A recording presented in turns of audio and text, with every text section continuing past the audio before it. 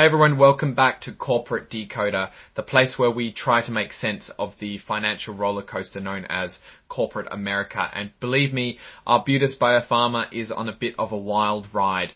So Arbutus Biopharma just dropped their Q2 report for 2025, and let's just say there's a lot going on. We're talking about a company deep in the fight for its patents, trying to develop game-changing treatments for hepatitis B, and making some serious organizational changes. So grab your snacks as we decode what's really going on behind the numbers, and stick around for my take on where Arbutus might be headed. Before we dive in, if you appreciate getting the real story behind these financial filings, give this video a like and subscribe for future deep dives. Also join our Discord community linked in the description below for more insider discussions. First up, let's look at the big picture of their financial health. Okay, so right off the bat, we see their total assets have gone down from about 131 million at the end of 2024 to around 103 million by June 2025. That's a pretty significant drop, and usually means they're either spending a lot or not bringing in as much. Their cash and cash equivalents actually went up slightly to 37 million, which is good to see, but their investments in marketable securities took a hit, dropping from 86 million to about 60 million. This suggests they might be selling off some investments to fund operations, or maybe the market for those investments wasn't great. Now let's move to how they're actually performing income-wise. For the first 6 months of 2025, Arbutus reported a net loss of about $22 million. Now that might sound bad, but it's actually an improvement from the same period in 2024 when they lost almost $38 million. So they are losing less money, which is progress. The company is bringing in revenue from collaborations and licenses. For the first 6 months of 2025, total revenue was $12.5 million, a big jump from $3.2 million in the same period of 2020 million. In the same period of 2024, this surge seems to be driven by a significant chunk of revenue recognized from a concluded partnership with Chile Pharmaceutical. On the flip side, the non-cash royalty revenue, which is kind of like recognizing revenue from future sales, has decreased. This could mean lower sales of their licensed products like Unpat Pro may be on the market.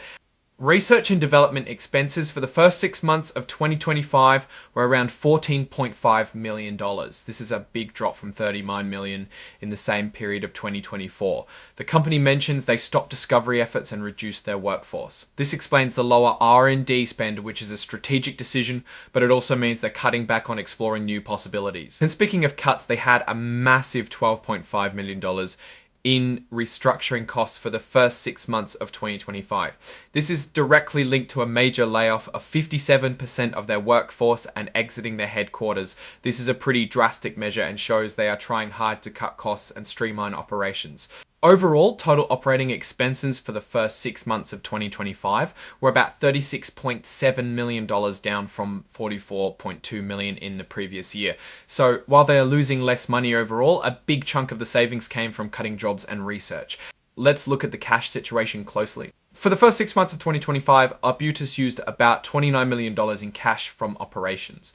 This is an improvement from the $33.8 million they used in the same period in 2024. So again, less cash burn is a positive sign. Their investing activities provided about $27 million, mainly from selling off investments.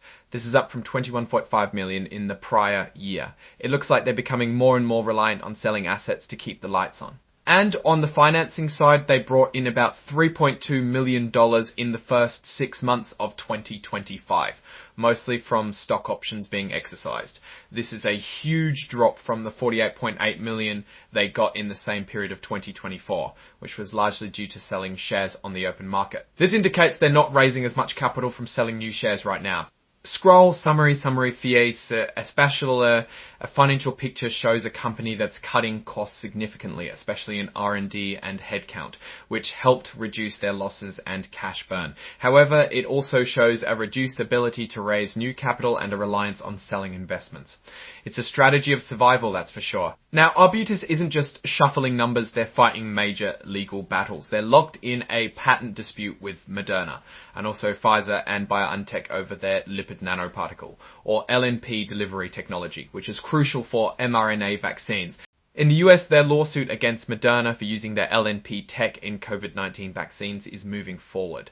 A trial is scheduled for March 2026. They've also filed lawsuits in 5 other countries against Moderna over the same technology, with initial hearings expected in early 2026. They're also suing Pfizer and BioNTech for using their LNP technology in their COVID-19 vaccines, and that claim construction hearing happened in December 2024, with discovery still ongoing. These legal battles are huge. If Arbutus wins, it could mean significant financial compensation, which would completely change their financial situation. But if they lose, it could be a major setback. It's a high-stakes game and makes up a big part of their story right now. On top of the legal fights, Arbutus is also focused on developing treatments for chronic hepatitis B or CHBV. Their main candidates are Indusiran, a shot you get under the skin, and AB-101, an oral pill that helps boost the immune system. They've seen some promising results, with a few patients achieving a functional cure for hepatitis B in their clinical trials. This means the virus is suppressed to very low levels and the immune system can fight it off effectively. That's a pretty big deal if they can make it happen consistently. Estrol, liquidity, and capital resources. Looking at the cash situation, by June 25, they had about $98 million in cash and investments. They have no debt, which is excellent. The company believes they have enough cash to operate for at least the next 12 months. A straw cash requirement shall sit. However, they are very clear that they will need substantial additional funds to continue developing their products. They might get this money through selling more stock, getting partners, or maybe even selling off more of their assets like their royalty rights. There's no guarantee they'll get the funding they need or on good terms. If they don't, they might have to slow down or even stop some of their development programs. Def not, they might have to slow down or even stop some of their development programs. So what's my take on Arbutus Biopharma's financial health and direction? First off, the company is definitely in a cost-cutting mode. The significant reduction in R&D and workforce shows a clear focus on survival and making their cash last. While this is smart for managing their burn rate, it also means they're scaling back exploration, which could limit future growth if their current pipeline doesn't pan out. Their reliance on selling investments to fund operations is a bit concerning. It's a temporary fix, and they'll eventually run out of assets to sell. The big question mark for Arbutus is their patent litigation. A win against Moderna and Pfizer, Pomal certain, Amtech could be a game changer, providing the capital they desperately need. However, it's a high-risk, high-reward situation, and the outcome is far from certain. The clinical trial data for the hepatitis B treatments does show some promise, with a few patients achieving a functional cure. But these are early-stage results, and much more work is needed to prove these treatments are effective and safe on a larger scale. In short, Arbutus is fighting on multiple fronts: legal battles, drug development, and financial survival. They've cut costs effectively, but their future hinges heavily on the success of their lawsuits and the clinical performance of their drug candidates. It's a company in transition with significant risks, but also potentially massive rewards if they can win their legal fights and their treatments gain traction.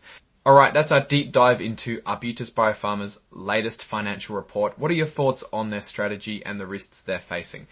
Let me know in the comments below. If you found this breakdown helpful, give it a thumbs up and subscribe for more corporate insights. And don't forget to join that Discord community we mentioned earlier for more discussions. Thanks for watching, and I'll see you in the next one.